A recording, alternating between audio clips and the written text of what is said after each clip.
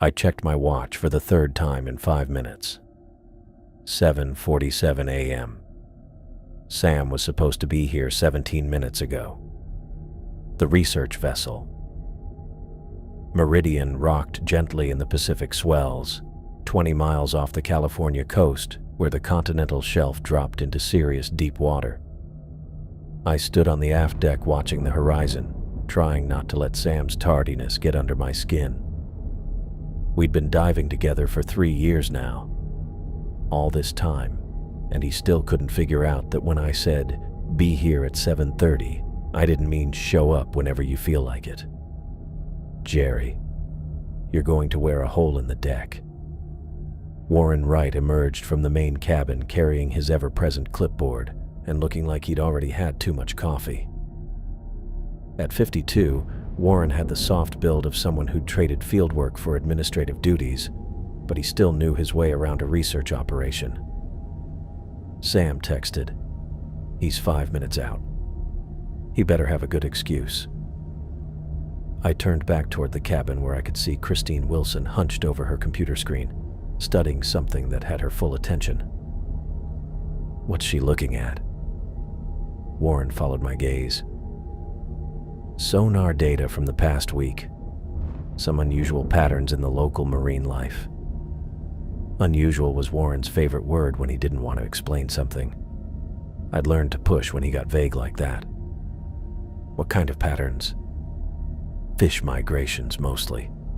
Nothing that affects our dive plan." He flipped through papers on his clipboard. "Speaking of which, let's go over the station inspection checklist while we wait for Sam." I followed Warren into the main cabin where Christine sat, surrounded by printouts and data charts. She looked up when we entered, and I caught something in her expression. Stress, maybe concern, before she masked it with a professional smile. "Morning, Jerry. Ready for another trip to the bottom of the world?" "Always." I pulled up a chair next to her workstation. Warren mentioned fish migrations. "Anything I should know about?" Christine's fingers paused over her keyboard. "Just some weird movement patterns. The local fish populations have been changing." "Shifting how?" "Moving away from the deep station Omega area. Could be seasonal, could be temperature changes." She minimized the sonar display before I could get a good look at it. "Nothing that should affect your dive." That was the second time in 2 minutes someone had told me nothing would affect my dive. In my experience, when people started saying that, it usually meant something definitely would. Warren spread his checklist across the small table. "Deep Station Omega has been running for 18 months without a major inspection.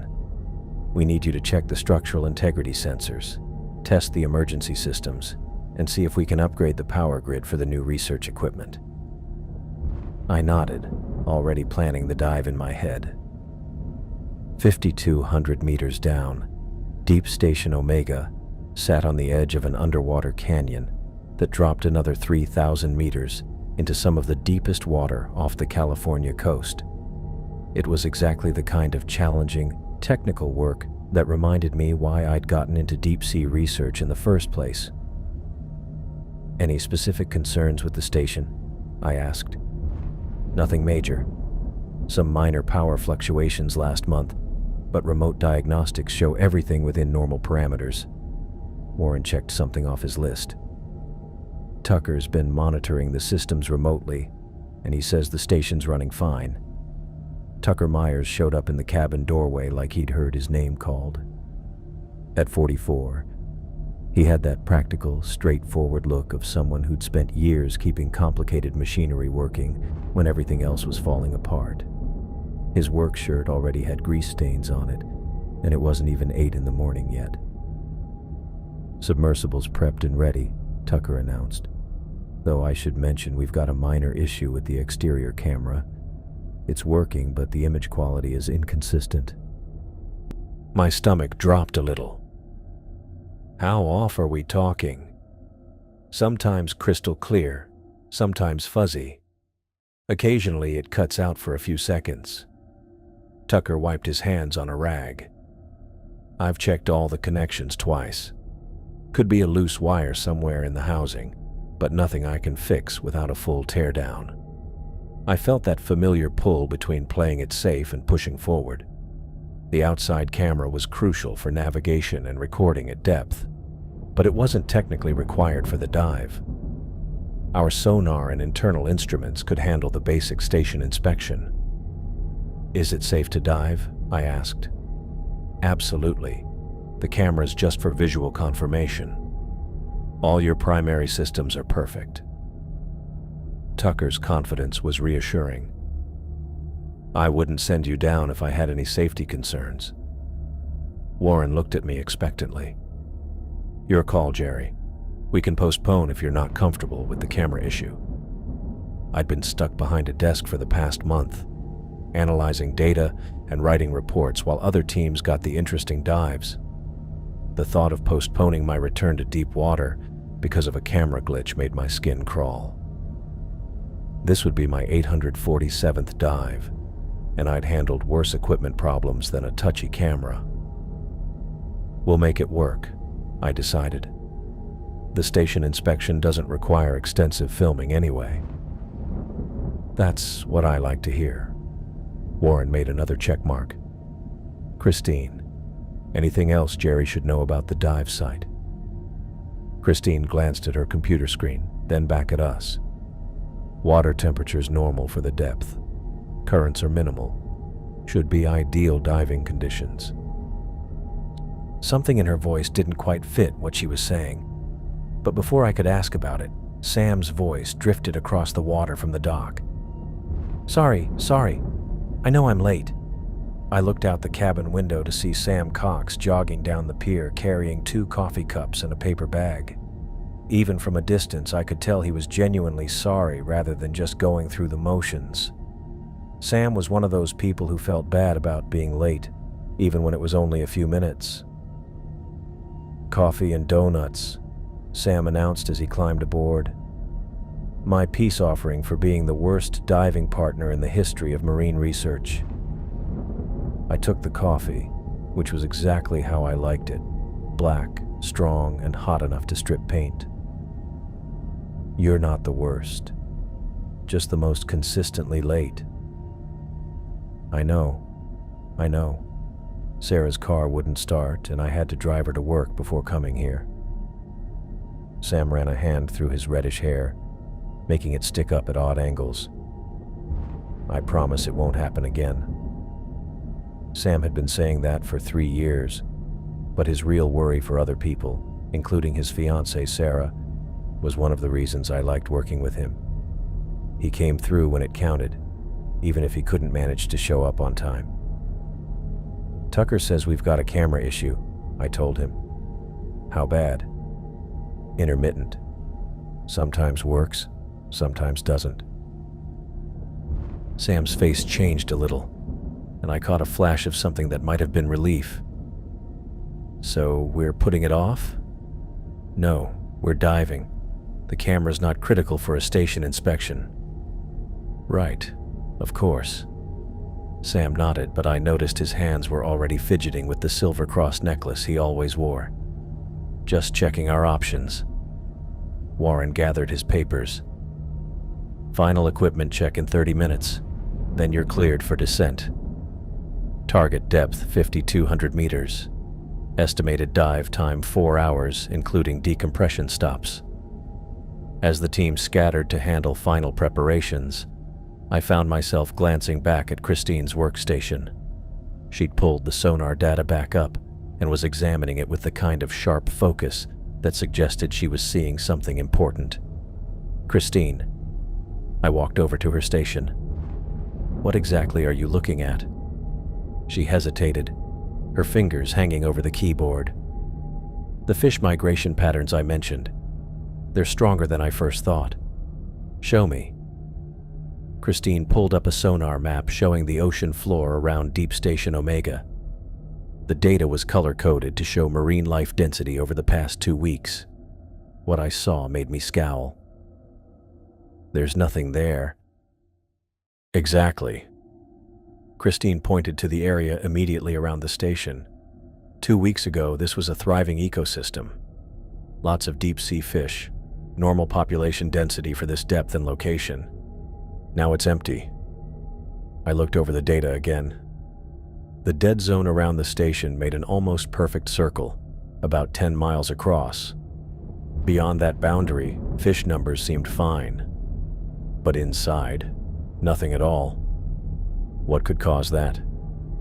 Temperature change, chemical contamination, seismic activity.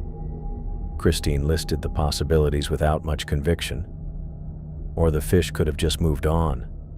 Deep-sea populations aren't always predictable, but you don't think that's what happened.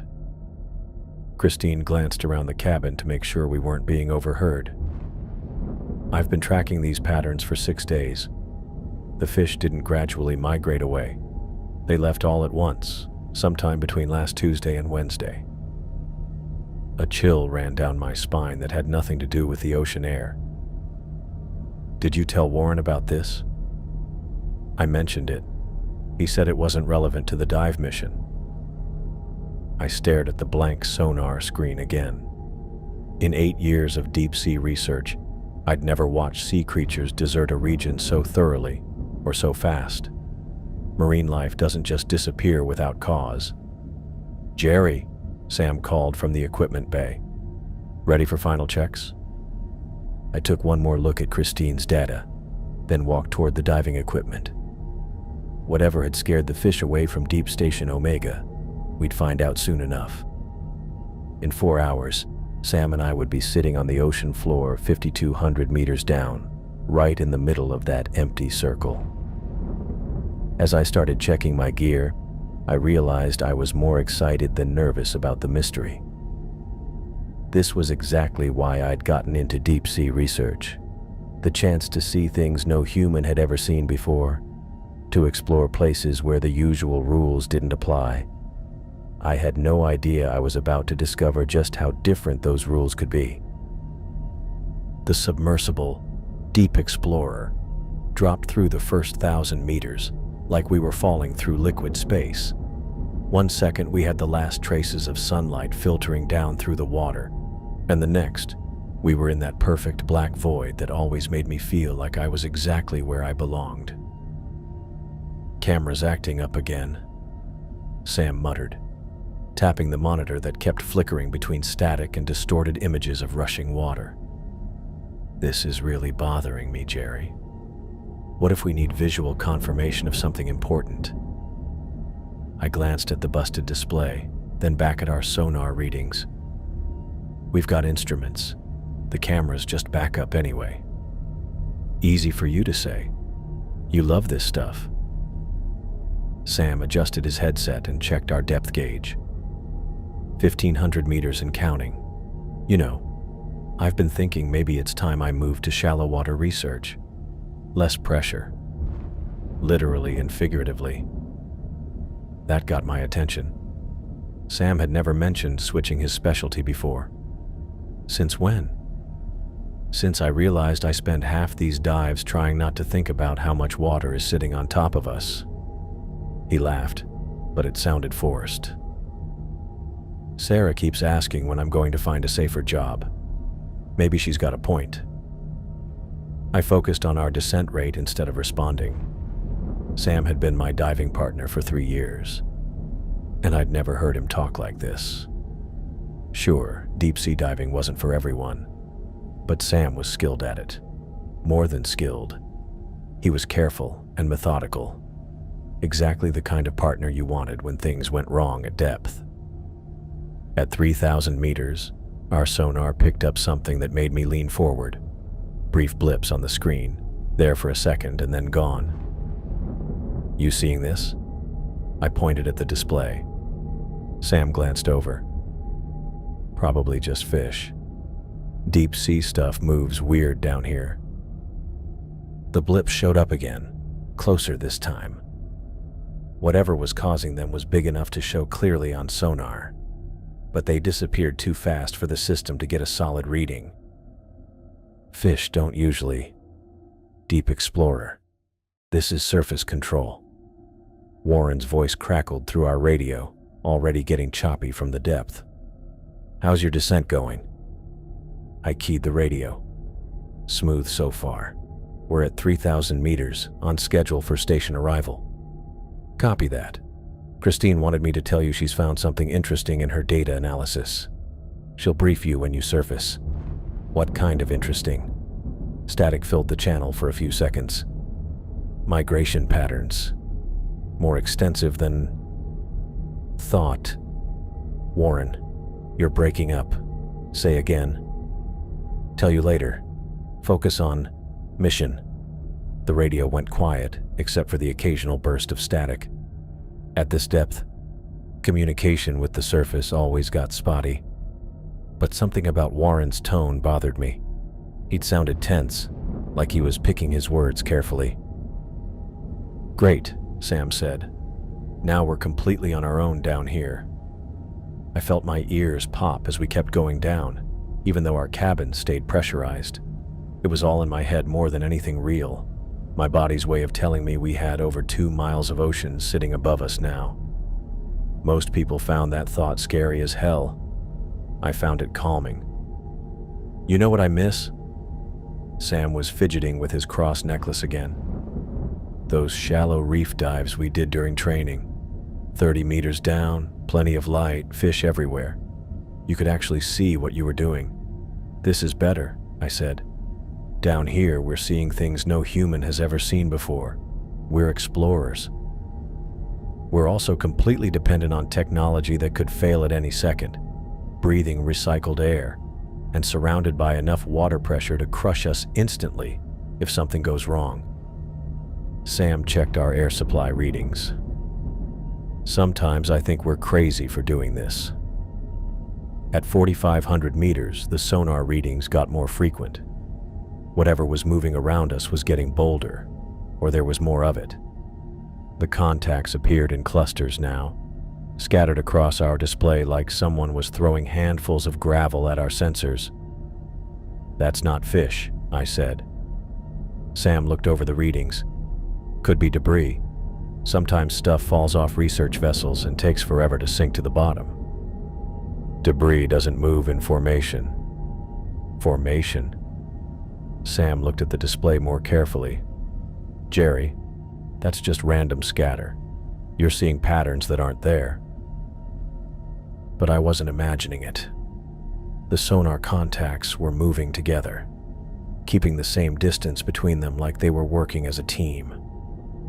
Schools of fish could do that, but not at this depth and not with things this big. "How much further to the station?" Sam asked. 700 meters, maybe 20 minutes at this descent rate." "Good. The sooner we get this inspection done, the sooner we can head back up." Sam's breathing had gotten faster, though he was trying to hide it. "I keep thinking about that empty sonar data Christine showed us. What if whatever scared the fish away is still down there? Then we'll document it and add it to our report. That's what we're here for." "Right. Document the unknown creature that can clear out an entire ecosystem." Sam's laugh was definitely nervous now. "Sometimes I think you're too curious for your own good, Jerry." The sonar contacts grew stronger as we approached 5,000 meters. Not just blips anymore, but solid returns that lasted several seconds before fading. Something was definitely moving in the water around us, and it was big enough to show up clearly on our instruments. "Jerry." Sam's voice had gone quiet. "Look at the sonar sweep." I looked. The contacts weren't random anymore. They were making a rough circle around our position, maybe half a mile out. As I watched, the circle was slowly tightening. "Equipment malfunction," I said, but I didn't believe it. "Yeah. Has to be." Sam's hands were shaking slightly as he adjusted our descent controls. "Our sonar's been acting up all morning, right? Just like the camera." But our sonar had been working fine.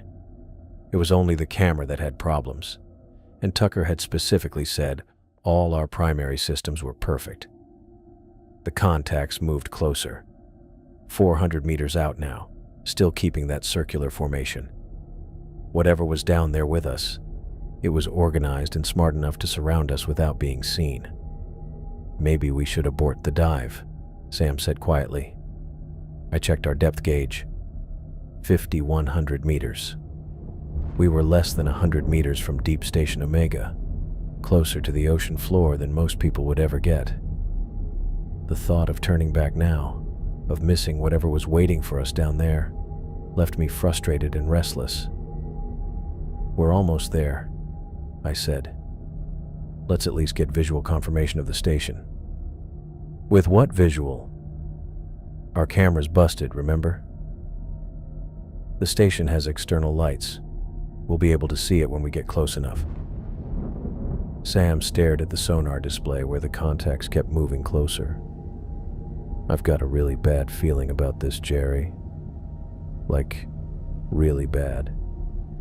It's just the depth getting to you. Happens to everyone. No, it's not the depth. It's... Sam paused, like he was trying to decide whether to say something. I've been picking up weird readings on other dives, too. The past few months. Things that don't make sense. What kind of things? Sonar contacts that move too fast to be fish, too big to be equipment. Water displacement that suggests something massive moving through the area. Sam's voice dropped even lower. I never reported it because I figured people would think I was losing it. The sonar contacts were 300 meters out now. Close enough that if they were real objects, we should be able to see them with our lights.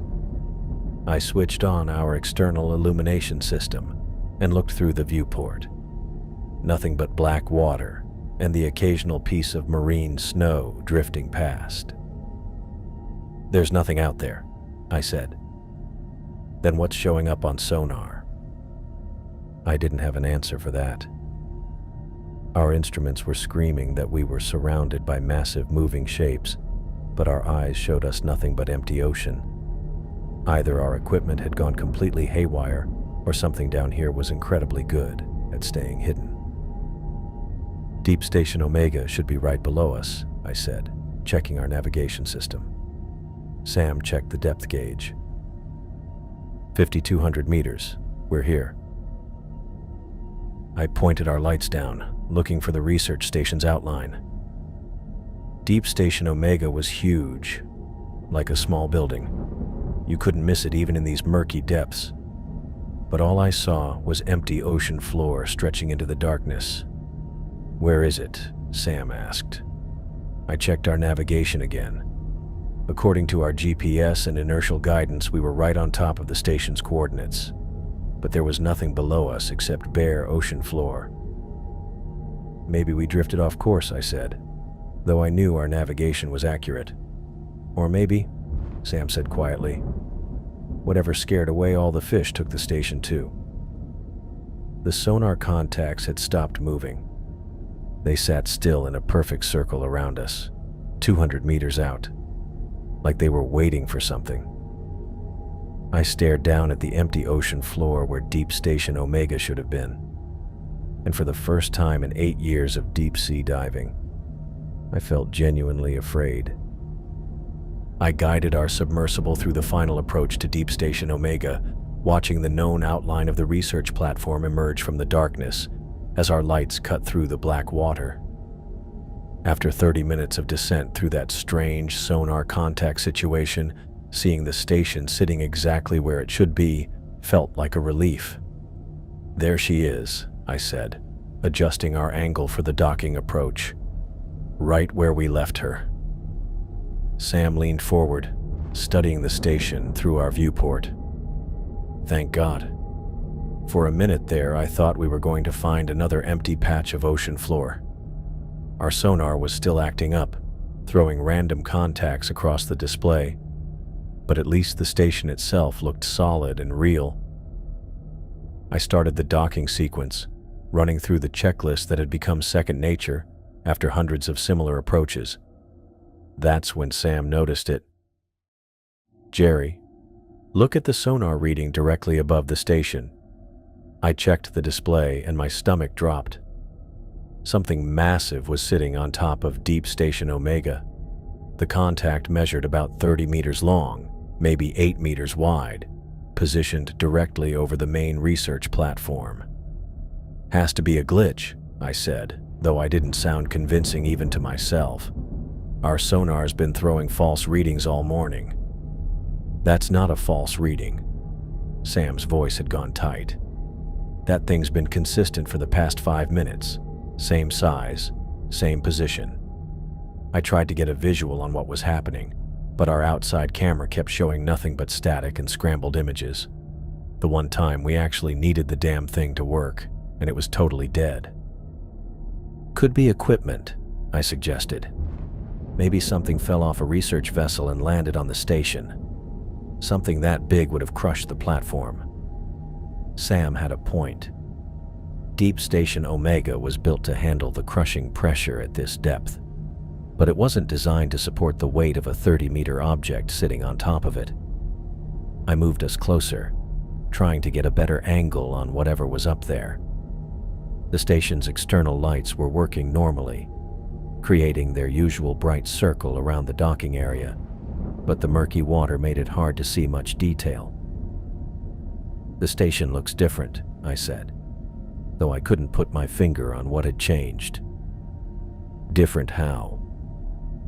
"I don't know. Something about the way it's sitting, maybe." I studied the platform more carefully.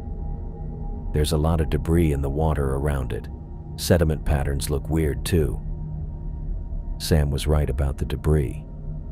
Usually the area around Deep Station Omega stayed pretty clear, but now clouds of stirred up sediment swirled around the structure like something huge had passed through not long ago. "Jerry, I really think we should abort this dive." Sam's breathing had gotten faster, though he was trying to hide it. Between the sonar contacts on the way down and now this thing sitting on the station, everything about this feels wrong. I could hear the edge of panic creeping into his voice. Sam had always been more cautious than me, but this was different. He sounded genuinely terrified. "We're already here," I said. "Let's at least dock and get a visual on whatever's up there. If it looks dangerous, we'll surface immediately." "With what visual? Our camera's busted, remember?" "The station has external cameras. We can access them once we're docked."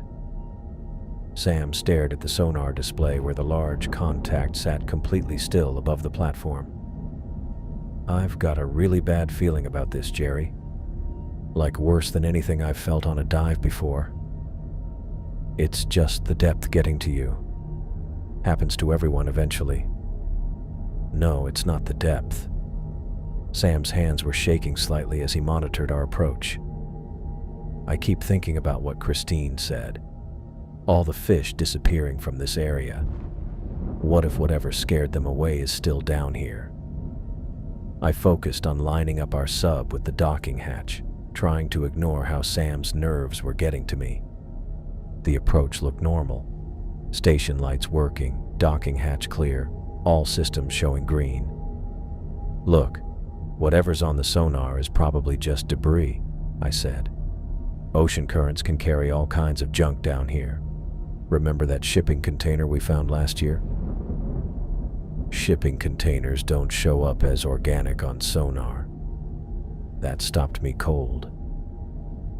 "What do you mean, organic?" Sam pointed to a readout I hadn't been paying attention to. "The sonar classification system. It's reading the contact as biological rather than metallic or mineral." I stared at the display. Sam was right. Our sonar was sophisticated enough to tell the difference between various types of objects based on density and composition, and it was clearly marking the thing above the station as a living creature. "System malfunction," I said, but my voice sounded hollow. "Yeah, has to be." Sam wiped sweat from his forehead despite the cool temperature in our cabin. "Our equipment's been acting up all day, right?"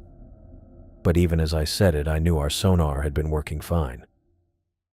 It was only the camera that had problems, and Tucker had specifically said all our primary systems were perfect. I brought us in closer to the docking hatch, our lights showing the airlock mechanism I'd seen 100 times before. Everything looked normal from this angle, but I couldn't shake the feeling that something was wrong with the whole situation. Debris patterns are really weird, I muttered, watching sediment swirl around the station in ways that didn't match the current flow. Like something big moved through here recently? Yeah, something really big. The sonar contact above the station hadn't moved in the past 10 minutes. Whatever it was just hanging there, completely still, as if it was waiting for something. Jerry, please. Let's just surface and report what we found. Let someone else figure out what's up there. I looked at Sam's pale face and saw real fear in his eyes.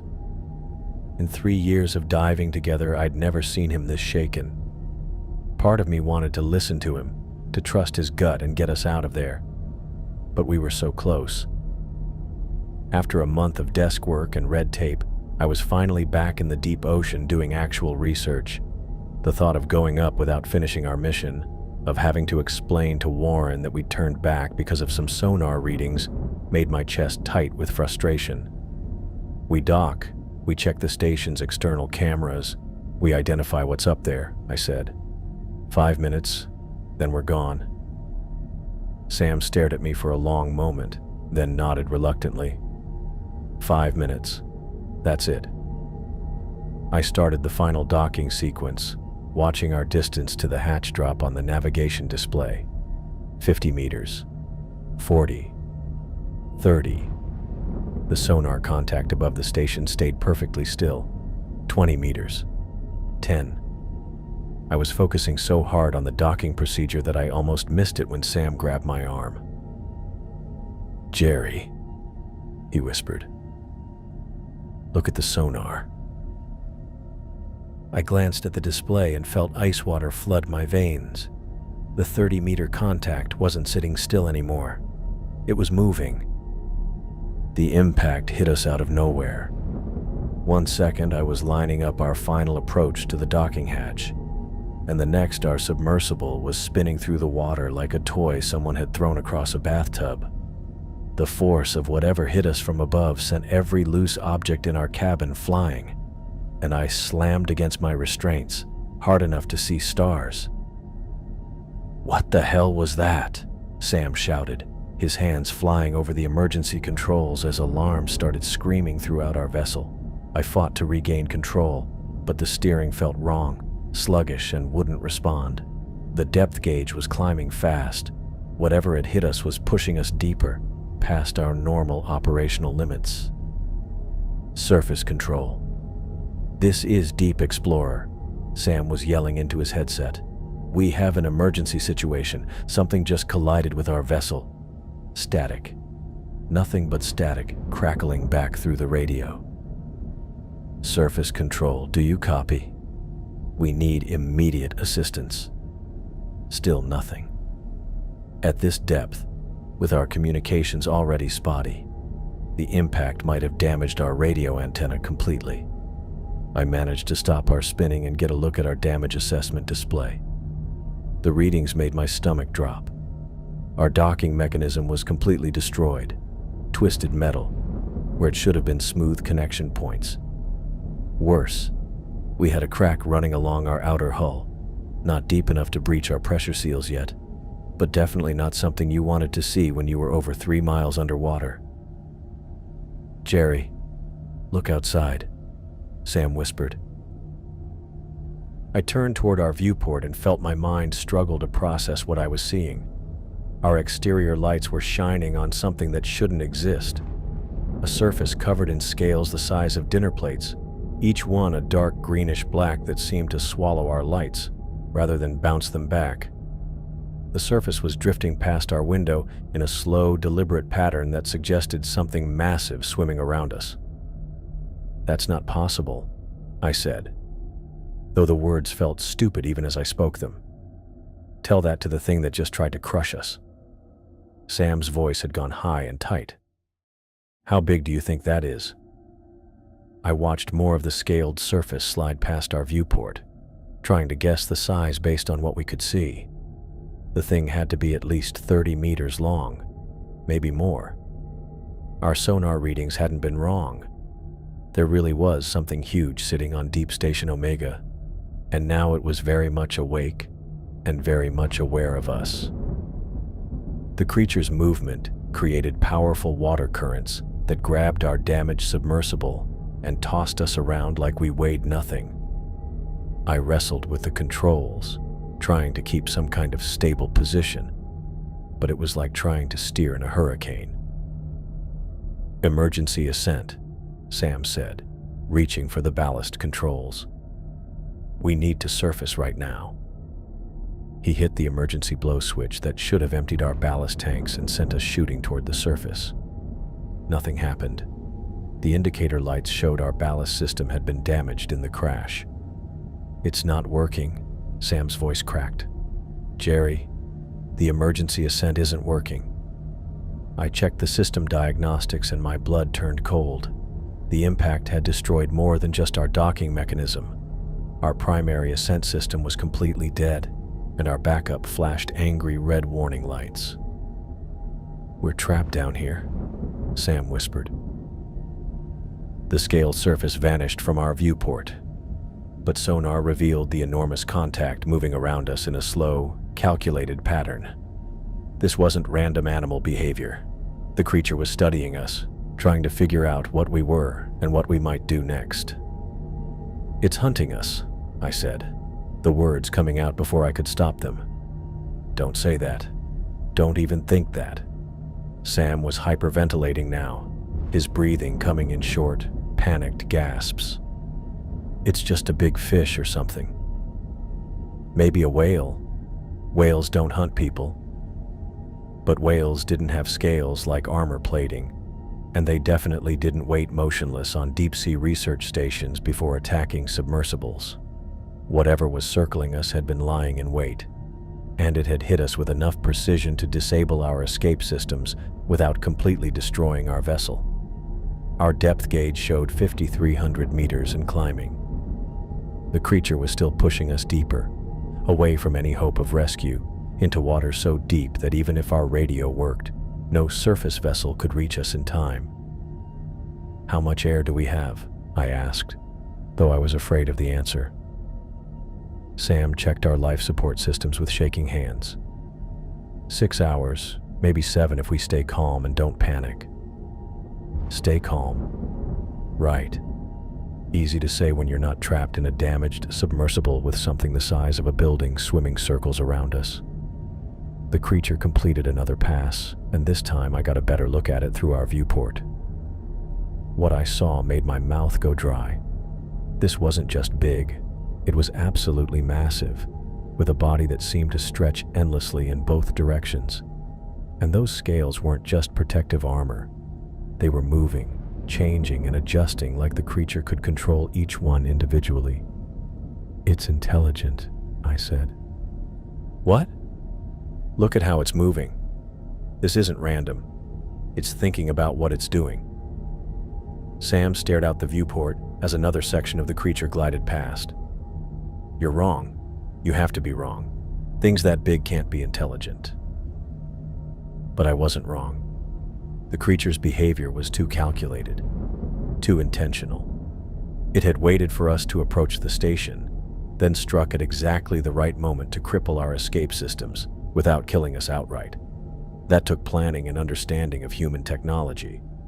Our sonar showed the contact moving closer, drawing its circular pattern tighter around our position. Whatever this thing was, it was getting ready to make its move, and I had a feeling we weren't going to like what happened next. "Jerry," Sam's voice was barely audible. "I think I can see its head." I looked where he was pointing and felt my grip on reality slip another notch.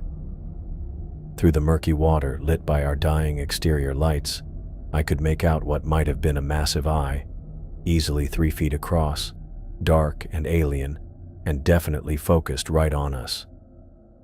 The creature had stopped circling. It just hung there in the water, studying us with that enormous eye, like it was deciding what to do with the two tiny humans it had caught in its snare. The pressure alarms had been wailing for so long that they'd become background noise, like living inside a fire truck. I kept hitting the emergency ballast release over and over, even though I knew it was pointless. Our depth gauge read 6,200 meters and climbing. No, falling. We were dropping into water so deep that our submersible's hull was never meant to handle it. Jerry. Sam's voice came out as barely a whisper. The cracks are getting bigger. I looked where he was pointing and felt my chest tighten. The hairline fracture that had started near our main viewport was spreading across the reinforced glass like a spider web. Each crack made a tiny popping sound that somehow cut through all the alarms and mechanical noise. The creature was still with us. Our sonar showed it moving alongside our descent, matching our speed perfectly. Sometimes it would bump us, gentle nudges that sent us spinning through the water. But it wasn't trying to destroy us anymore.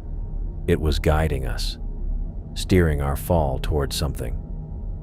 Sam, I need you to focus. I grabbed his shoulder, trying to snap him out of whatever shock he was sliding into. How much air do we have left? He stared at the life support panel for a long moment, like he was having trouble reading the numbers. Maybe 3 hours. Less if we keep breathing this hard. 3 hours. At our current rate of descent, we'd hit the ocean floor in maybe 20 minutes. The math was simple and terrifying. We were going to spend our final moments sitting on the bottom of the Pacific Ocean, waiting for our air to run out or our hull to finally give way. The backup ballast, I said, though I'd already tried it twice. Maybe if we... It's not working, Jerry. Sam's hands were shaking as he pointed to the control panel. Nothing's working. That thing broke everything when it hit us. I tried the backup system anyway, because what else was I supposed to do? The indicator lights flickered weakly, showing maybe 10% functionality. Enough to slow our descent slightly, but nowhere near enough to get us back to the surface. 6,800 meters. 7,000. 7,200. The creature appeared at our viewport again, and this time I got a better look at it. The thing was huge. Our sonar readings had been right about the 90-foot length, but seeing it up close made those numbers feel pointless. Each scale covering its body moved independently, changing and adjusting as it swam.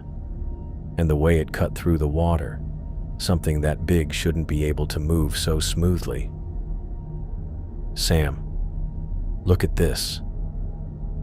I pointed to our sonar display, which was finally giving us clear readings now that the creature had stopped circling.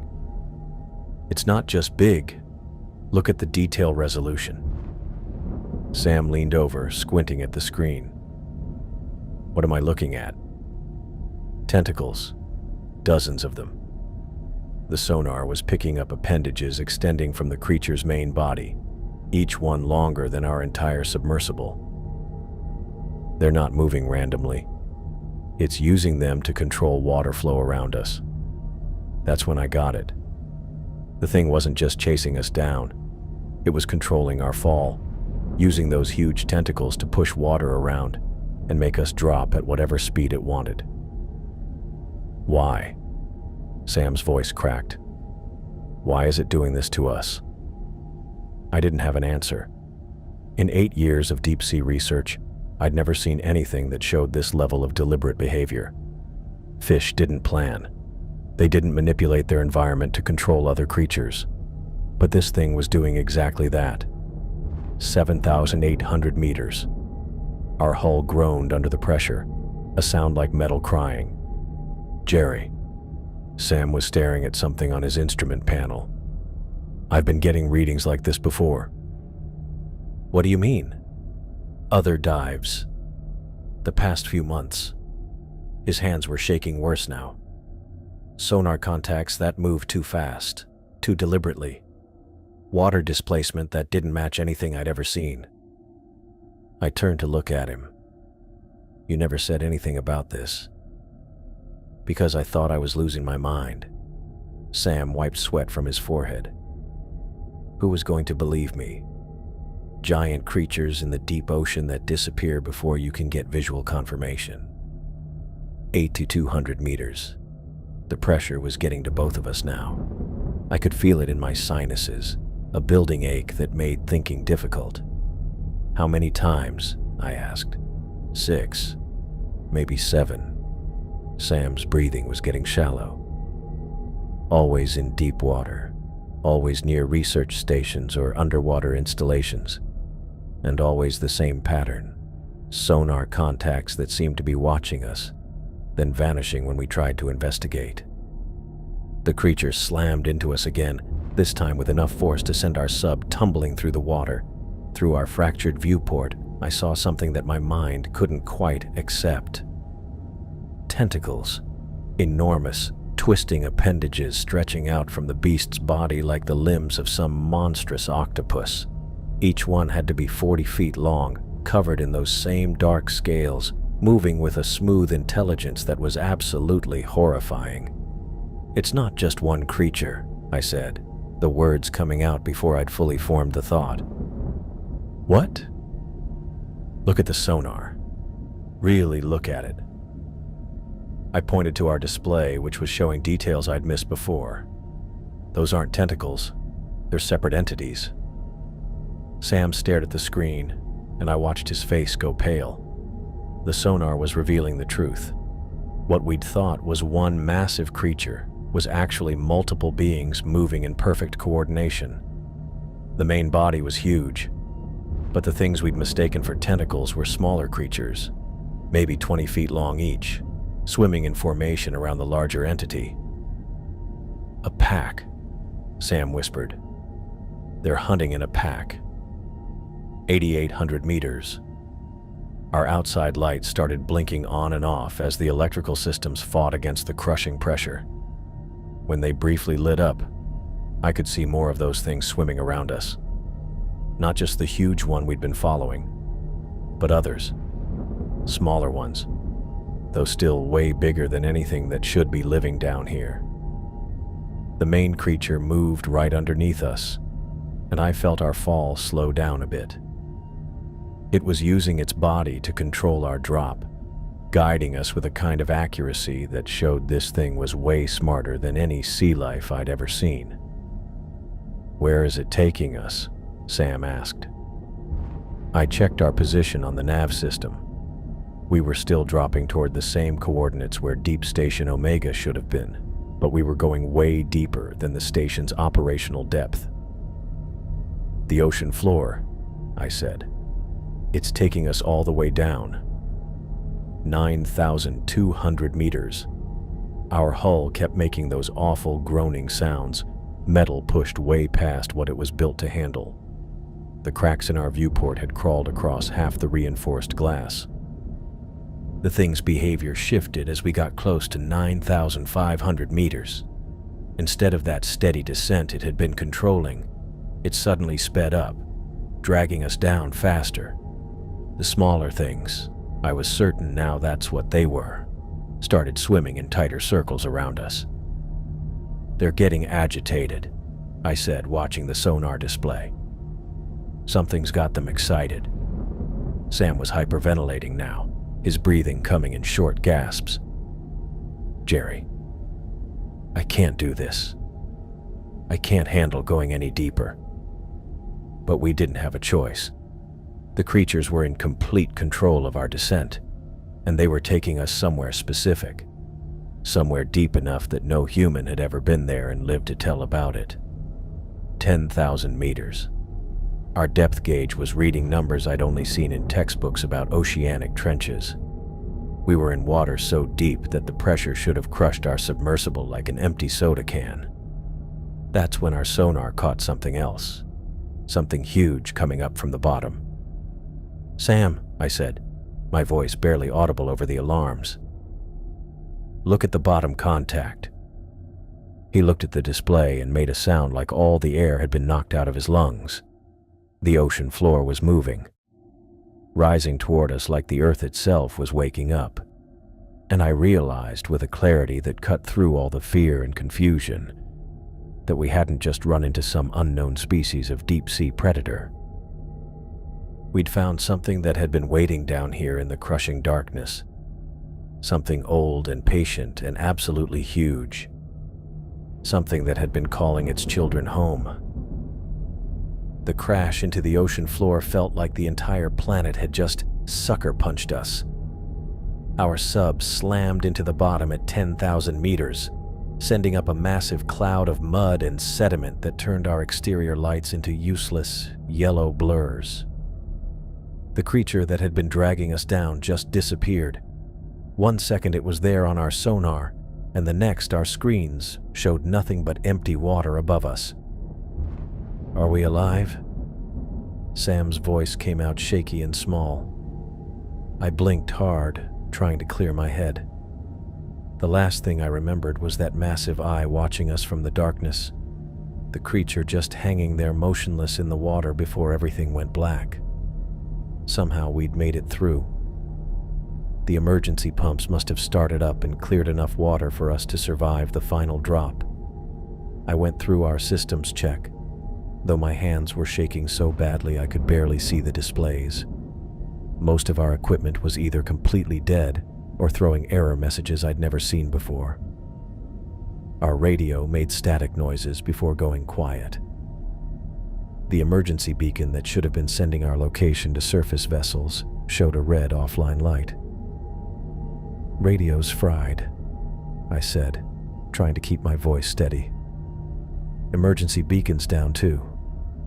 Sam wiped his nose and his hand came away bloody. The pressure changes during our wild descent had beaten us up pretty badly. I could feel the early warning signs of decompression sickness creeping through my joints. A dull ache that would turn nasty if we didn't get back to normal pressure soon. "How much air?" I asked, though I was afraid of the answer. Sam checked our life support with shaking fingers. 6 hours. Maybe less if we keep breathing this hard. 6 hours to figure out how to get a damaged submersible from the deepest part of the Pacific Ocean back to the surface. The math was simple and terrifying. I stared out through our cracked viewport at the alien landscape around us. Our lights lit up a barren stretch of ocean floor, covered in fine sediment that our crash had kicked into thick clouds. Nothing moved out there. No fish, no crabs. Nothing that hinted life could survive at this crushing depth. "Why did it leave?" Sam asked. "That thing controlled our entire descent, and then it just disappeared." I'd been thinking the exact same thing. The way that thing acted was way too focused, too intentional to just ditch us for no reason. It dragged us down here because it wanted something. "Maybe it got what it wanted," I said, though I wasn't sure what that meant. Sam was studying our sonar display, which was finally giving us clear readings now that we weren't spinning through the water. "Jerry, look at this." I leaned over to see what he was pointing at. Our sonar was picking up huge rock formations around us, not just the flat ocean floor I'd expected, but towering structures that looked almost like underwater mountains. "Those aren't natural," I said, adjusting our sonar range to get a better picture. The formations were too regular, too even. They jutted up from the ocean floor in patterns that screamed artificial construction, not natural geological processes. And they were massive.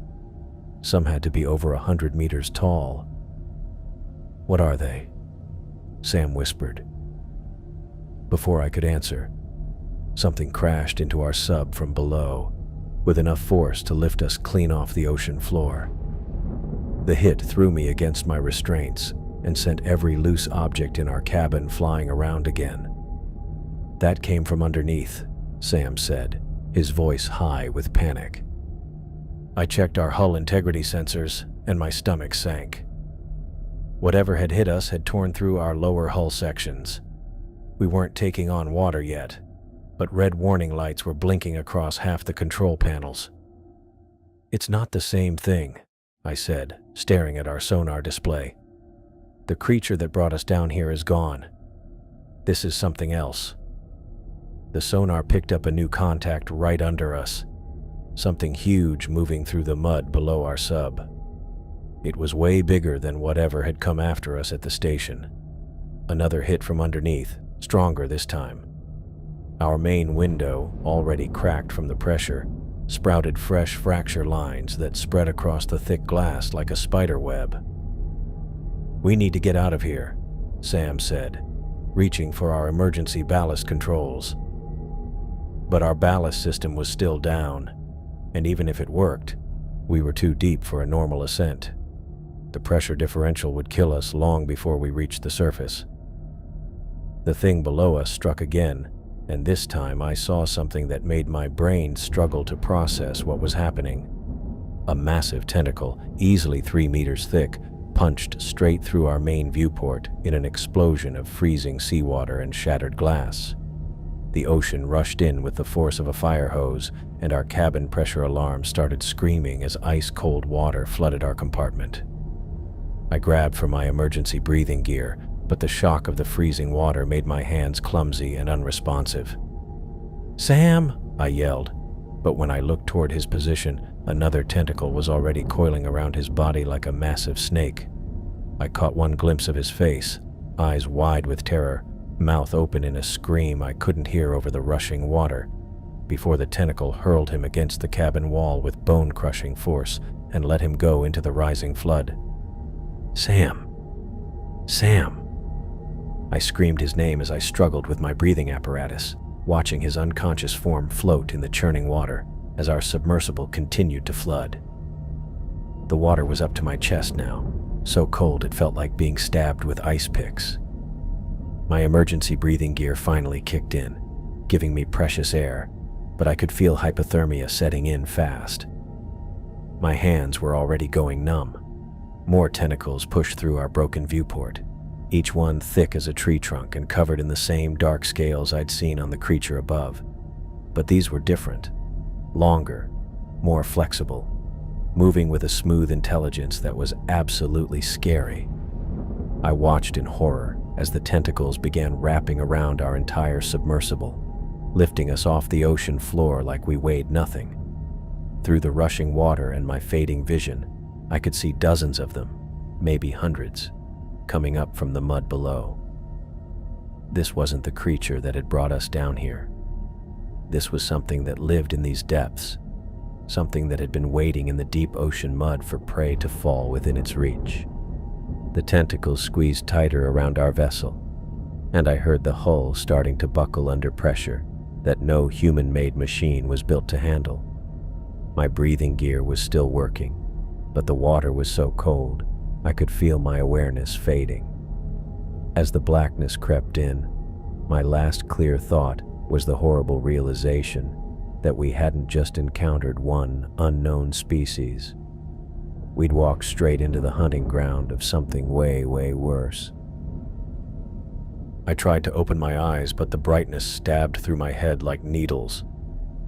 Everything ached, not just the obvious things like my left arm, which felt heavy as stone, but a deeper hurt that seemed to radiate from my bones themselves. "Mr. Castillo? Can you hear me?" The voice belonged to a woman I didn't know. I managed to crack my eyes open enough to see a doctor in navy scrubs standing next to my bed, holding a tablet and looking at me with concern that told me I was probably in worse shape than I felt. "Where am I?" My voice came out as a croak. My throat felt like I'd been gargling with sand. "Scripps Memorial Hospital. I'm Dr. Martinez." She pulled up a chair and sat down, which seemed like a bad sign.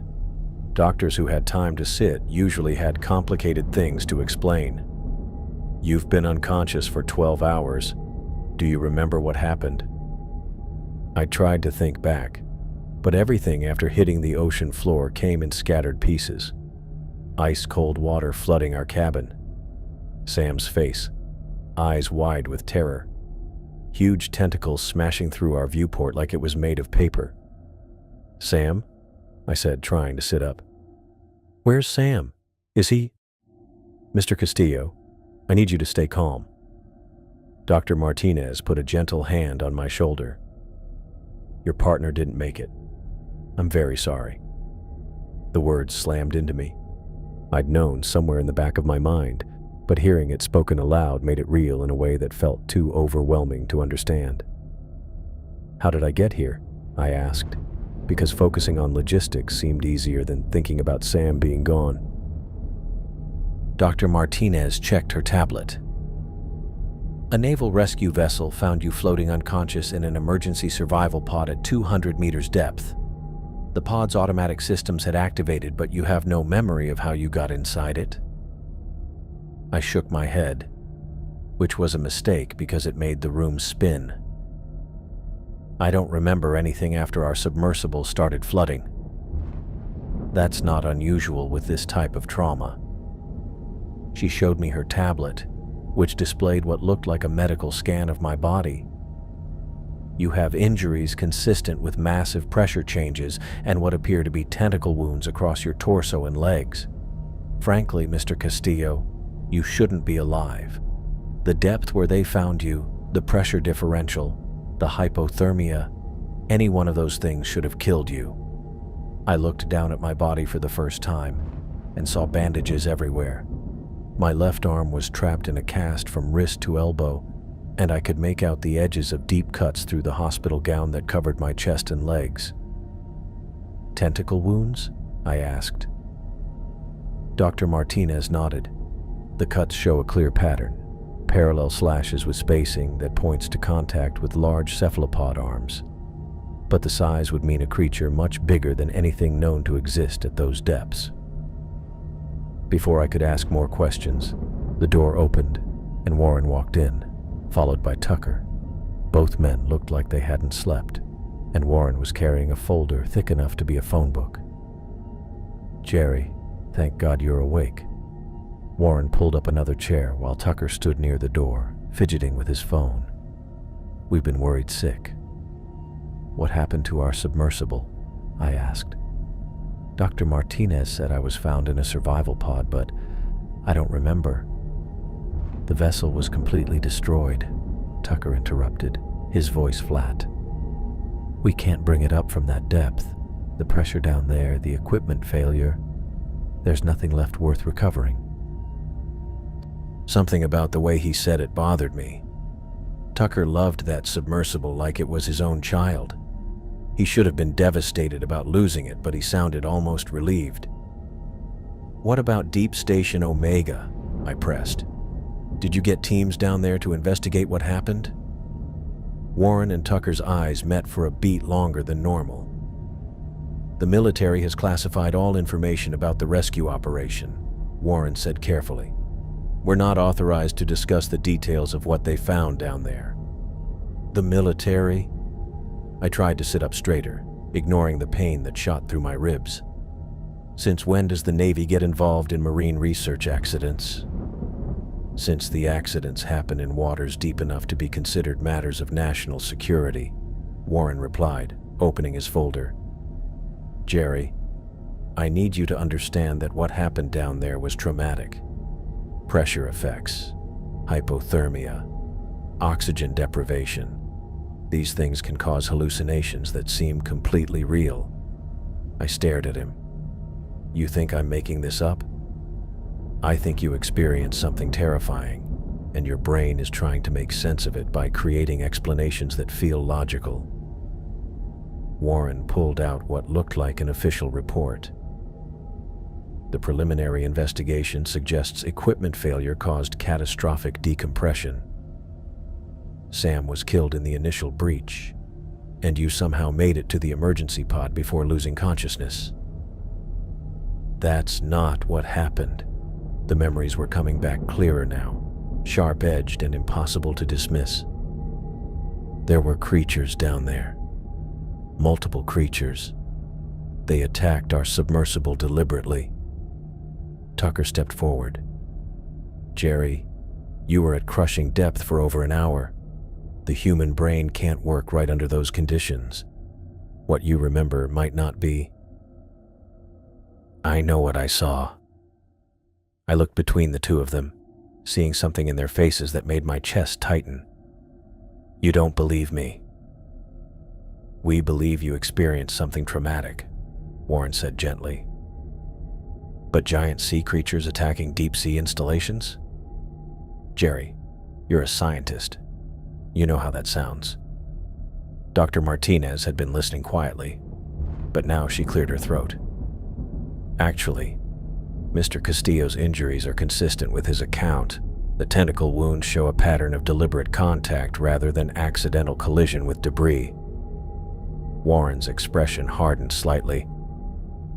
Doctor, with respect, you're not a marine biologist. There are many ways someone could sustain those types of injuries during a catastrophic pressure failure. The way he said it made me realize something that sent a chill down my spine. Warren wasn't just doubtful about my story. He was actively trying to discredit it.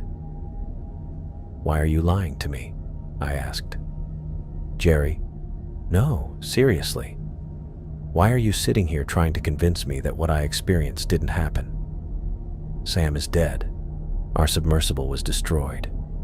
Something down there killed my partner and nearly killed me, and you're acting like it was just an equipment malfunction. Warren closed his folder and got to his feet. You need to rest. We can talk about this more once you've had some time to wrap your head around everything. I don't need time to process. I need answers. I tried to get out of bed, but Dr. Martinez put a firm hand on my shoulder. Mr. Castillo, you have multiple fractures and severe lacerations. You're not going anywhere for at least a week. Warren and Tucker were already heading for the door. We'll check on you tomorrow, Warren said. Try to get some sleep. After they left, Dr. Martinez sat back down and looked at me with those sharp, dark eyes. You don't believe them either, I said. She went quiet for a long moment. I've been doing emergency medicine for 20 years. I've handled diving accidents, pressure injuries, hypothermia cases, all of it. Your injuries don't match what they're telling me. What do you think happened? I think you encountered something down there that left very specific wounds on your body. Whether that was equipment debris or something else, I can't say. But the pattern of your injuries suggests contact with something organic and very large. I sank back against my pillow, trying to piece everything together. Sam was dead. Our sub was wrecked. And Warren and Tucker were feeding me lies about what went down, which meant they knew way more than they were letting on. Dr. Martinez, the naval rescue team that found me, did they file a report about what they saw down there? That information is classified, I'm sorry. Top secret. Everything about our dive was suddenly top secret, which meant the military knew exactly what had attacked us, and they were covering it up. I was still mulling that over when I heard voices in the hallway outside my room. Warren and Tucker, talking quietly, but their words carried just enough for me to catch pieces. Keep him sedated until we can. Story needs to be consistent. Can't let him talk to anyone else about. I closed my eyes and pretended to be asleep as their voices faded down the corridor. But my mind was racing, putting together pieces that painted a picture I didn't want to believe. Warren and Tucker weren't just hiding information about what had happened to us. They were actively working to make sure I couldn't tell anyone the truth about what was living in the deep ocean. And that meant Sam and I hadn't just wandered into some unknown species by accident. We'd been sent down there on purpose, as bait for something they already knew was lurking in the dark. I woke up feeling like someone had scraped the inside of my skull with sandpaper, but my head was clearer than it had been since the rescue. The fog of whatever painkillers they'd been pumping into me was finally lifting, and with it came memories that slammed into me hard. Sam's face, in those final seconds. The sound of our hull buckling under crushing pressure. Tentacles thick as telephone poles punching through reinforced glass like it was tissue paper. Warren and Tucker showed up around 10, both carrying coffee and wearing the kind of forced casual expressions that meant they'd rehearsed this conversation. Warren pulled his chair closer to my bed while Tucker hung back near the door like he was planning a quick exit. "How are you feeling today?" Warren asked, setting his coffee on my bedside table. "Like I got crushed by 3 miles of ocean water." I studied both their faces, looking for tells. But my memory's getting clearer. Tucker moved in his chair. "That's good. Sometimes trauma can make things seem..." Cut the crap. I sat up straighter, ignoring the pain that shot through my ribs. "I want to know what really happened down there. And don't give me another speech about pressure hallucinations." Warren and Tucker's eyes met again. That same lingering glance from yesterday that went on just a second too long. "Jerry, we've been trying to protect you from information that might be difficult to process," Warren said carefully. "Protect me from what?" "Deep Station Omega is gone." Warren's voice was flat, matter of fact. "Not damaged, not destroyed. Gone. There's no trace of it anywhere." I felt my stomach drop. "What do you mean, gone?" "I mean a multi-million-dollar research facility that was anchored to the ocean floor with titanium cables just vanished," Tucker said. "No wreckage, no debris field, no evidence it was ever there. That's impossible. Something that size doesn't just disappear." "We know how it sounds," Warren said, "but the military submarines that pulled you out of the water confirmed it. The entire installation is missing." Military submarines, not research ships like they'd said yesterday. "Since when does the Navy use submarines for marine research rescues?" I asked.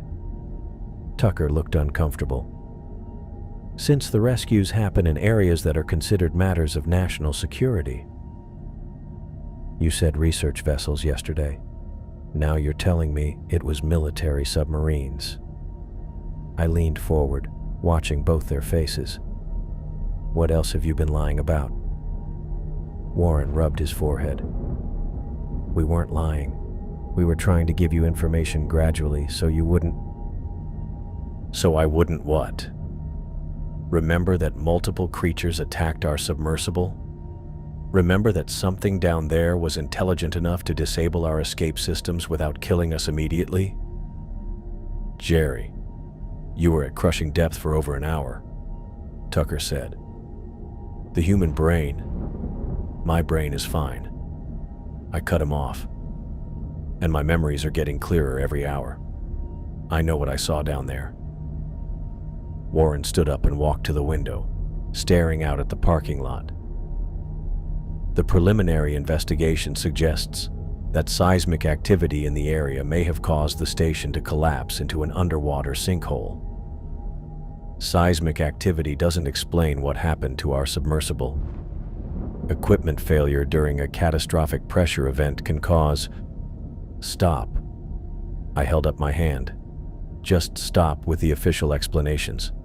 You both look terrified, and you're trying way too hard to convince me that what I experienced didn't happen." Tucker's phone buzzed, and he checked it with the kind of urgency that suggested he'd been waiting for a message. "We should go," he said to Warren. "We're not done here," I said. "Yes, we are." Warren turned back from the window. "Jerry, I need you to understand something. The people investigating this incident have resources and authority that go way beyond our research program. They're asking questions about your mental state, your reliability, your fitness for future diving operations." The message was quiet, but obvious. "Keep talking about creatures and lose my career. Are you saying my diving certification is in jeopardy?"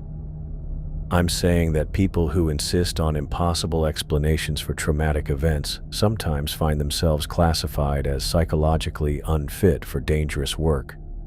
They left me sitting there with that hanging in the air, but I could hear them talking in quiet voices just outside my door. Needs to be consistent with the official report. Can't have him talking to other researchers about. Military wants a full debrief before. Their voices faded as they walked down the corridor, but I'd heard enough. The military was involved. They were coordinating their story, and they were planning to discredit me if I didn't play along. I was still trying to wrap my head around all of that when Christine showed up in my doorway around 2 in the afternoon. She checked the room carefully before stepping inside and shutting the door behind her. "How are you feeling?" she asked, but her tone was different from Warren and Tucker's forced concern. She sounded genuinely worried. "Like everyone's lying to me about what happened down there." Christine pulled up the chair Warren had left behind and sat down. "What do you remember?" I told her everything. The creatures circling our sub as we went down. The huge thing that had been waiting on Deep Station Omega. The planned attack that knocked out our systems. The tentacles smashing through our viewport. Christine listened without interrupting, her face getting more worried with each detail. "Warren and Tucker think I'm having trauma-induced hallucinations," I finished. "Warren and Tucker are scared," she said quietly. "Of what?" Christine reached into her bag and pulled out a tablet. "I've been analyzing geological survey data from the area where Deep Station Omega was located." She showed me a series of sonar images that made my stomach drop. The ocean floor where our station had been anchored was completely transformed. Instead of the flat sediment plain I remembered, the seafloor showed massive disturbance patterns, gouges and displacement marks that looked like something enormous had been moving through the area. "This was taken 3 days after your rescue," Christine said. "The entire seafloor has been churned up across a 5-mile radius." "What could cause that kind of disturbance?" "I don't know. But there's something else." She swiped to another image. "I've been tracking marine life in the area since your dive. The new sonar data showed something that made me freeze. The ocean around Deep Station Omega's former location was completely empty. Not just fish, everything. The water samples showed no bacteria, no plankton, no microscopic life of any kind." "How big is the dead zone?" I asked. 50 square miles and growing. Whatever happened down there, it's created an area where nothing can survive." I stared at the data, thinking back to that empty circle Christine had shown me before our dive. The fish had been running from the area for weeks before we went down. "You knew something was wrong before we dove," I said. "That's why you were so nervous during the briefing." Christine nodded. "I'd been tracking weird readings for months. Sonar contacts that didn't match any known marine life. Water movement patterns that suggested something huge moving through the deep ocean." "Why didn't you say anything?" I tried. I reported the patterns to Warren, but he said they were classified as irrelevant to our mission parameters. She leaned closer, lowering her voice. "Jerry, I think our dive was never about routine station inspection. I think we were sent down there to investigate something they already knew was in the area. The pieces were starting to fit together in a way that made my stomach turn. They used us as bait." "I think so. And now they're trying to cover up what happened because the truth is too dangerous to acknowledge." Christine looked toward the door, then back at me. "I need to show you something else. But not here. Not where anyone might overhear." She got up and walked to the window, checking the parking lot the same way Warren had done earlier. "There are people watching this hospital," she said quietly. "Military personnel in civilian clothes. They've been here since you were admitted." I felt ice water in my veins. What are you saying? Christine turned back to me, and I could see real fear in her eyes. I'm saying that what you encountered down there is bigger than just unknown marine life, and the people who sent you down there will do whatever it takes to keep that information from getting out. She walked back toward the door, stopping with her hand on the handle. I'll be back tonight after visiting hours. There's more you need to see, but I can't risk showing you here. She looked directly at me. Jerry, whatever you do, don't tell anyone else what you remember. Not the doctors, not the nurses, not anyone who asks. Your life might depend on keeping quiet until we can figure out what's really happening. After she left, I lay in my hospital bed staring at the ceiling and trying to process everything I'd learned. Deep Station Omega had vanished without a trace. Military submarines had rescued me, not research vessels. The ocean floor had been massively disturbed, and marine life was fleeing a growing dead zone around the site. And somewhere in the deep Pacific, the creatures that had killed Sam and nearly killed me were still out there. The worst part was the growing certainty that our dive hadn't been an accident or a routine mission gone wrong. We'd been deliberately sent into the hunting ground of something that should never have been woken up. I stared at the ceiling tiles until they started to blur together, counting the tiny holes in each square to keep my mind busy. The painkillers were wearing off again, which meant the ache in my bones was coming back. But it also meant I could think clearly for the first time since they'd pulled me out of the water. Around 8:30, I heard soft footsteps in the hallway outside my room, not like the heavy boots of the security guards who'd been stationed there since yesterday, not like the quick clicks of the nurses making their rounds. Christine appeared in my doorway, looking both directions down the corridor before stepping inside. She moved like someone who didn't want to be seen, closing the door with barely a sound and walking straight to the window to check the parking lot. "Coast clear?" I asked. "For now." She pulled the chair close to my bed and sat down, setting a tablet on her lap. "I brought what I promised to show you." The tablet's screen was dark, but I could see her finger hanging over the power button like she was reconsidering. "Christine, whatever it is, I can handle it." She looked at me for a long moment, then activated the display. "This is classified military sonar data from the area where Deep Station Omega was located, taken 48 hours after your rescue." The image that appeared made me freeze. Instead of the flat sediment plain I remembered, the ocean floor showed a massive opening, a cave entrance that looked like someone had carved a tunnel straight into the Earth's crust.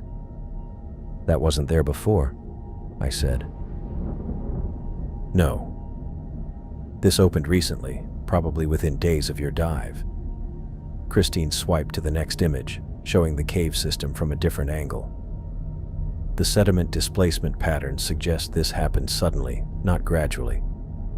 I studied the sonar readings, trying to make sense of what appeared on the screen.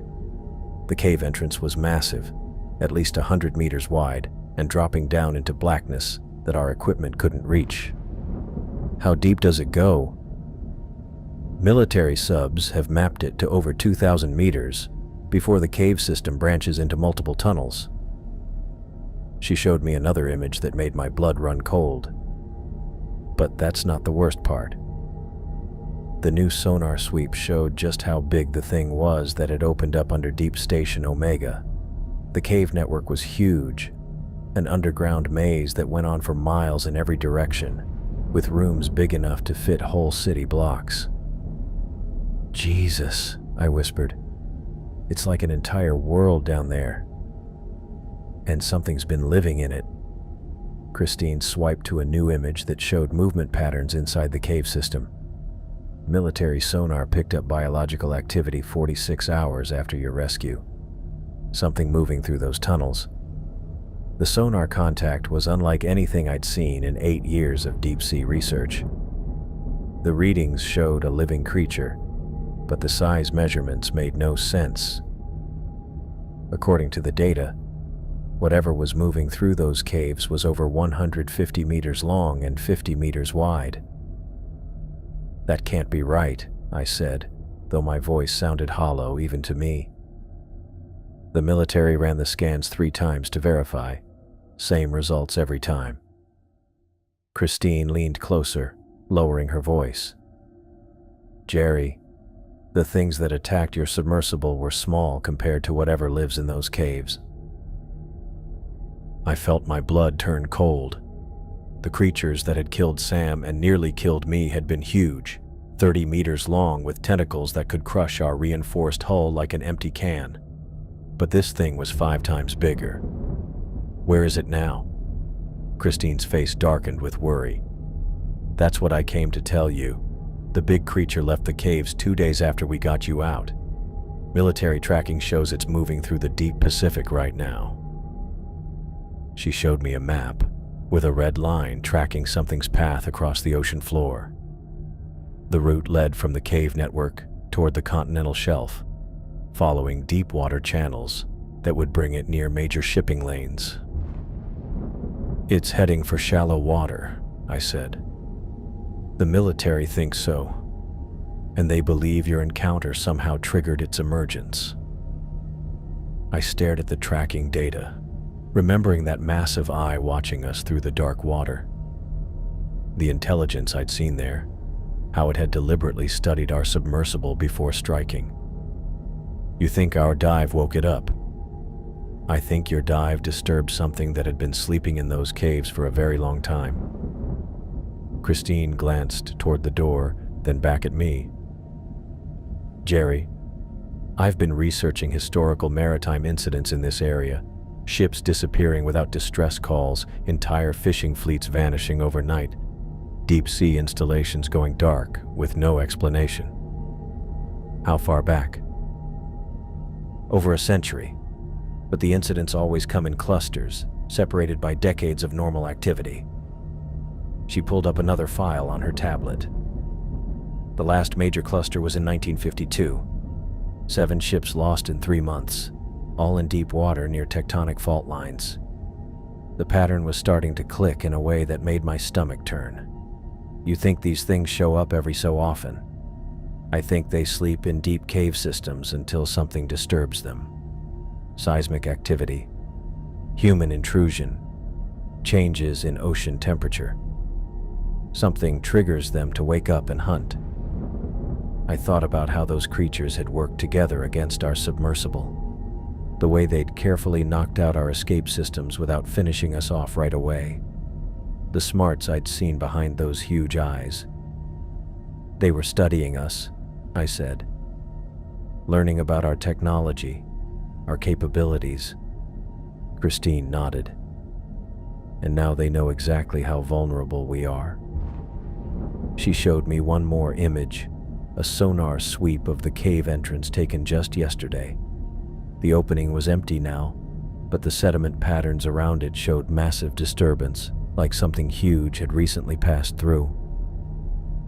The military is tracking at least 3 separate contacts moving through deep Pacific waters, she said quietly. All heading toward different coastal areas. 3.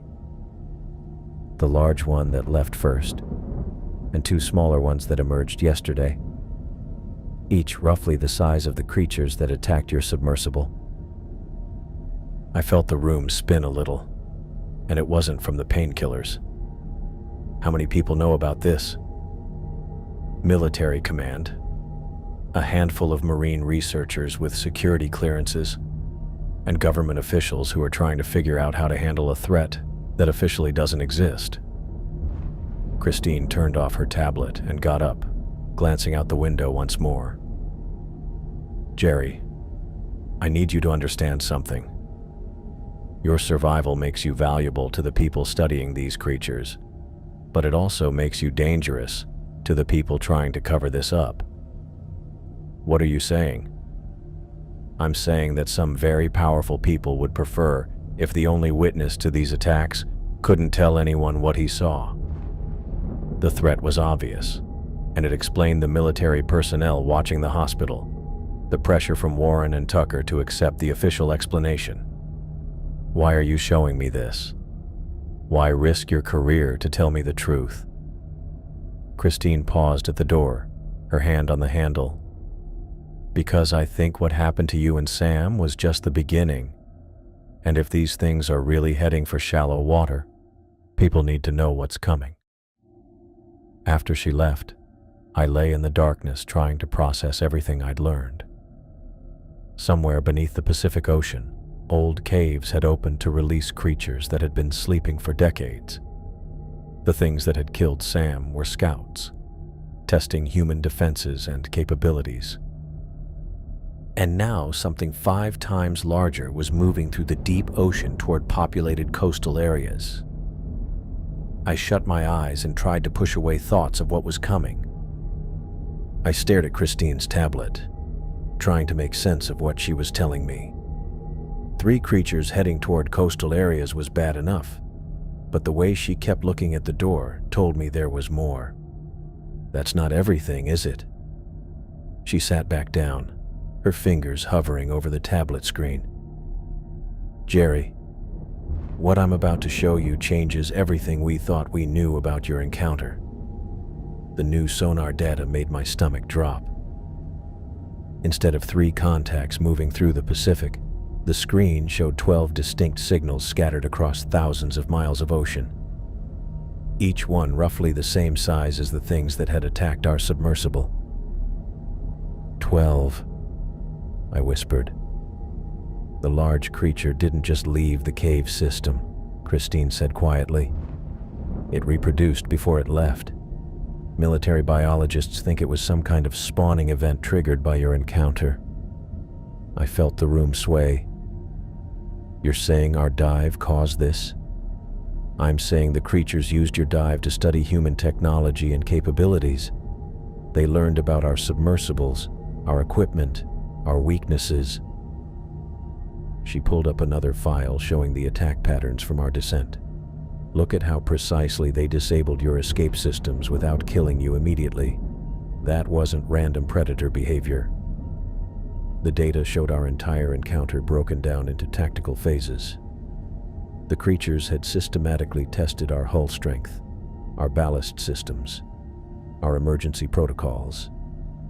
They'd been conducting research on us while we thought we were the ones doing the investigating. Sam and I were lab rats. You were intelligence-gathering targets, and now they're applying what they learned. Christine showed me a map with red dots marking the 12 creature locations.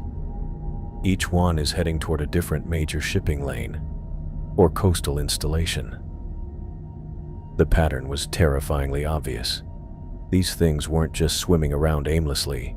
They were setting themselves up to watch every ship, every boat, every piece of human activity crossing the Pacific. How long have you known about this? Christine's expression grew even more troubled.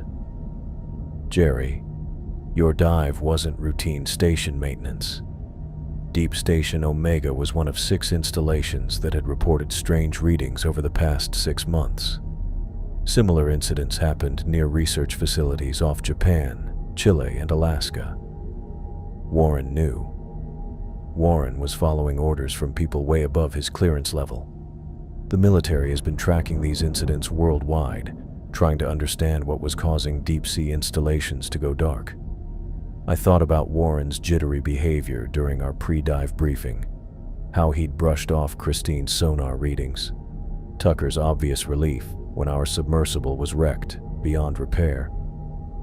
They sent us down there knowing we might not come back. They sent you down there hoping you'd make contact and survive to report what you found.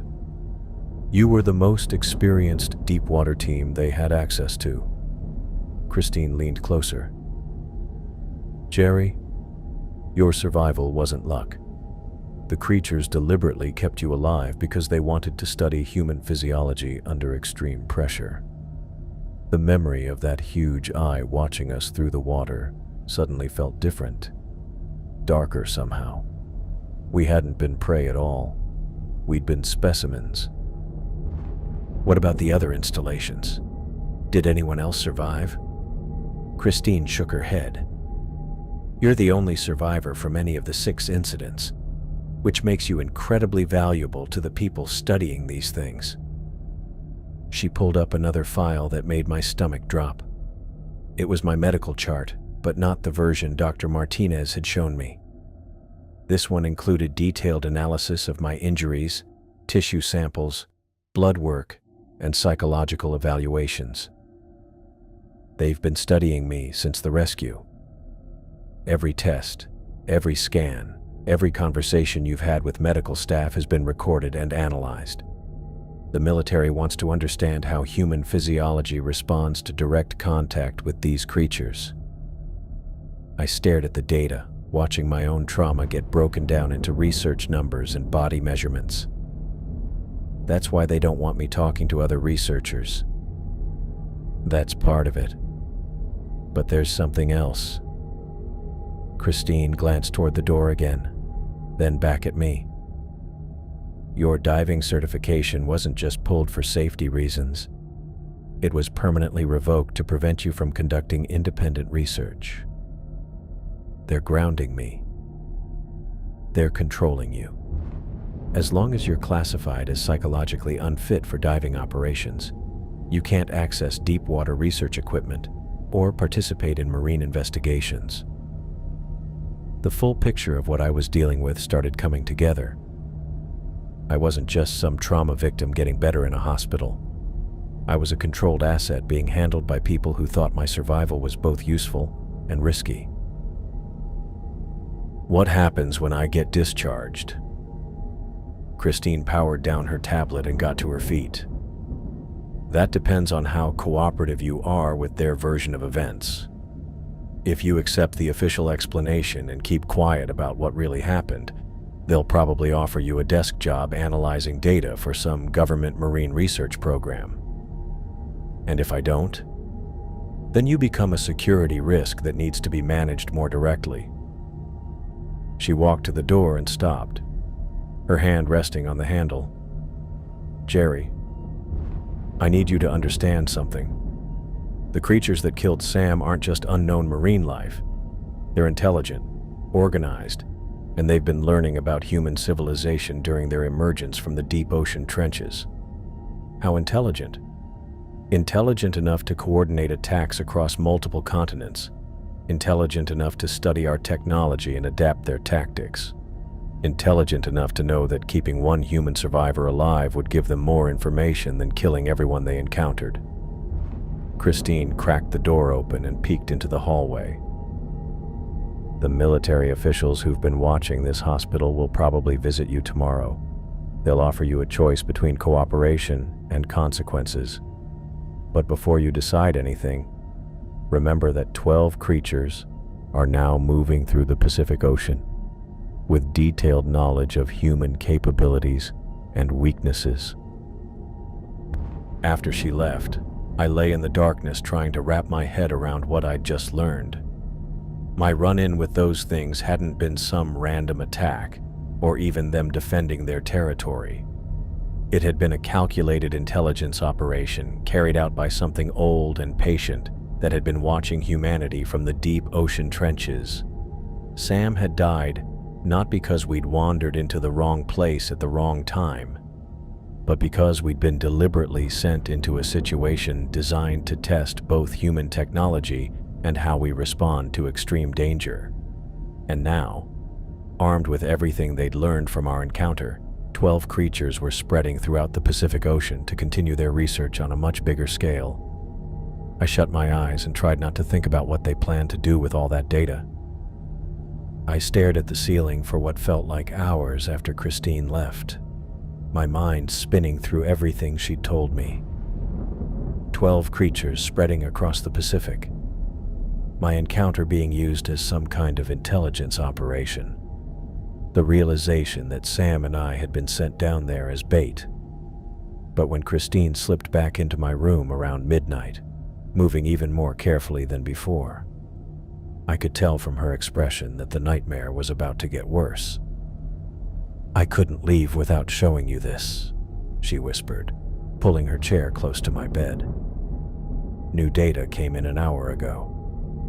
The tablet screen displayed a geological survey map of the Pacific Ocean floor, but instead of the usual underwater mountain ranges and deep plains I knew from years of research, this map was covered in red dots marking cave openings. How many? I asked, though I wasn't sure I wanted to know. 47 confirmed cave systems that have opened in the past 6 months, all along major tectonic fault lines, all showing signs of recent emergence from dormancy.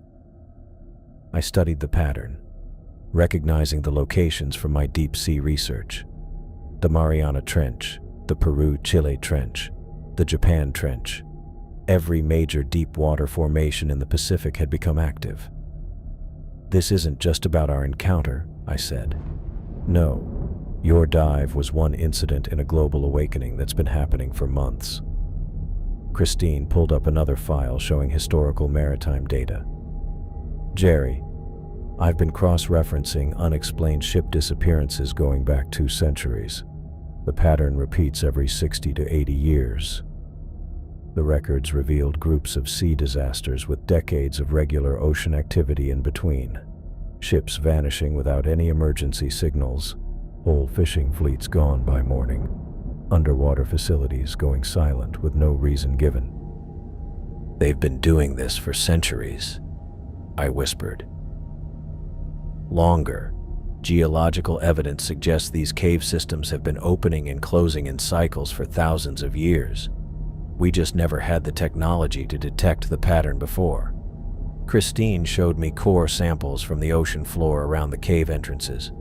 The sediment layers revealed repeated disturbance patterns stretching back thousands of years, each one matching up with periods when more ships went down according to historical records. So what changed? Why are they all waking up now? Climate change, deep-sea mining, increased shipping traffic. We've been disturbing their environment on a scale they've never experienced before. Christine's voice dropped even lower. The military thinks we triggered a mass emergence by accident. I thought about the sharp intelligence I'd seen in that huge eye, the careful way the creatures had examined our technology before attacking. They're not just waking up randomly. They're working together. That's what scares the people tracking this. The creatures emerging from different cave systems are showing synchronized behavior patterns. They're communicating across thousands of miles of ocean. She pulled up sonar data showing the movement patterns of the 12 creatures she'd talked about before. Instead of random migration, they were moving in organized formations, keeping precise distances from each other while covering the most ocean territory possible. They're setting up a network, I said. A surveillance network. Each creature is positioned to monitor different aspects of human maritime activity. Shipping lanes, naval operations, coastal installations, deep-sea research. The scope of what we were facing slammed into me. These weren't just unknown predators emerging from the deep ocean. They were a very old species that had been watching and learning about human civilization for centuries, and now they were conducting the largest intelligence operation in history. Christine, how long have you known about this? She hesitated, then met my eyes. I've been part of a classified research group tracking these incidents for 8 months. We call ourselves the Deep Watch, marine researchers from around the world who've been studying the emergence patterns on our own. You've been investigating this the whole time. Your dive wasn't routine maintenance, Jerry. It was a deliberate contact mission. We needed someone with your experience to survive an encounter and report back what they found. The betrayal cut deeper than I thought it would. You knew what was down there. We knew something was down there. We didn't know how intelligent it was, or how organized. Christine leaned forward. Jerry, your survival provided crucial intelligence about their capabilities and behavior. Information that might be the key to understanding how to coexist with them. Coexist? I stared at her. These things killed Sam. They're studying us like we're insects. They're studying us because they're trying to understand what we are and whether we're a threat to their survival. Christine pulled up another file showing brain scan analysis. The creatures that attacked your submersible could have killed you instantly, but they didn't. They kept you alive and conscious during the entire encounter. Because they were experimenting on us. Because they were trying to communicate with you. The words sent a chill through me. I thought about how the creature had watched us through the viewport, the careful way it had struck, and the fact that I'd somehow ended up in an emergency pod with no memory of how I got there. You think they put me in that pod? I think they studied your physiology, learned what they needed to know about human survival requirements, and then deliberately placed you where rescue teams would find you. Christine showed me the analysis of my emergency pod's condition when the naval rescue team found it. The pod had been damaged in ways that matched careful handling by something with huge appendages, not random debris impact. They wanted me to survive. They wanted a human survivor who could report back to our species about the encounter. Jerry, you weren't just a research subject. You were their messenger. I stared at the data, trying to wrap my head around what she was saying. The creatures hadn't just been studying human technology during our encounter. They'd been attempting some form of first contact. What message? Christine shut off her tablet and dug into her jacket, fishing out a small gadget that looked like someone had tinkered with a satellite phone. That's what we need to find out. This phone connects to a secure network of researchers who are tracking the creatures independently of government oversight. People who believe your encounter holds the key to understanding what these things want. I took the phone. My diving certification is gone. I can't access research equipment or participate in official investigations. The Deep Watch operates outside official channels. We have our own equipment, our own funding, our own research vessels. Christine stood up, checking the window again. Jerry, your career as a government-sponsored deep-sea researcher is over, but your role in understanding these creatures is just beginning. What are you asking me to do? Help us figure out how to communicate with something that's been living in the deep ocean for thousands of years. Something that's intelligent enough to coordinate global surveillance operations and patient enough to study human civilization for centuries before making contact. I thought about Sam's death, about the terror I'd felt as those huge tentacles broke through our viewport. But I also remembered the intelligence in that creature's eye, the gentle way it had handled my survival. The military officials Christine mentioned, they'll be here tomorrow? Probably. They'll offer you a choice between cooperation and consequences. A desk job analyzing sanitized data, or classification as a security risk that needs to be managed. Christine walked to the door and stopped, her hand resting on the handle. Jerry, 12 creatures are moving through the Pacific Ocean with detailed knowledge of human capabilities and weaknesses, but they're not attacking shipping or coastal installations. They're watching and learning. Learning what? Whether humanity is ready for the conversation they've been trying to start for centuries. After she left, I lay in the darkness holding the secure phone, thinking about everything I'd learned. My encounter with the creatures hadn't been a random attack or even a territorial defense. It had been a deliberate attempt at communication by something old and patient that had been watching human civilization from the deep ocean trenches.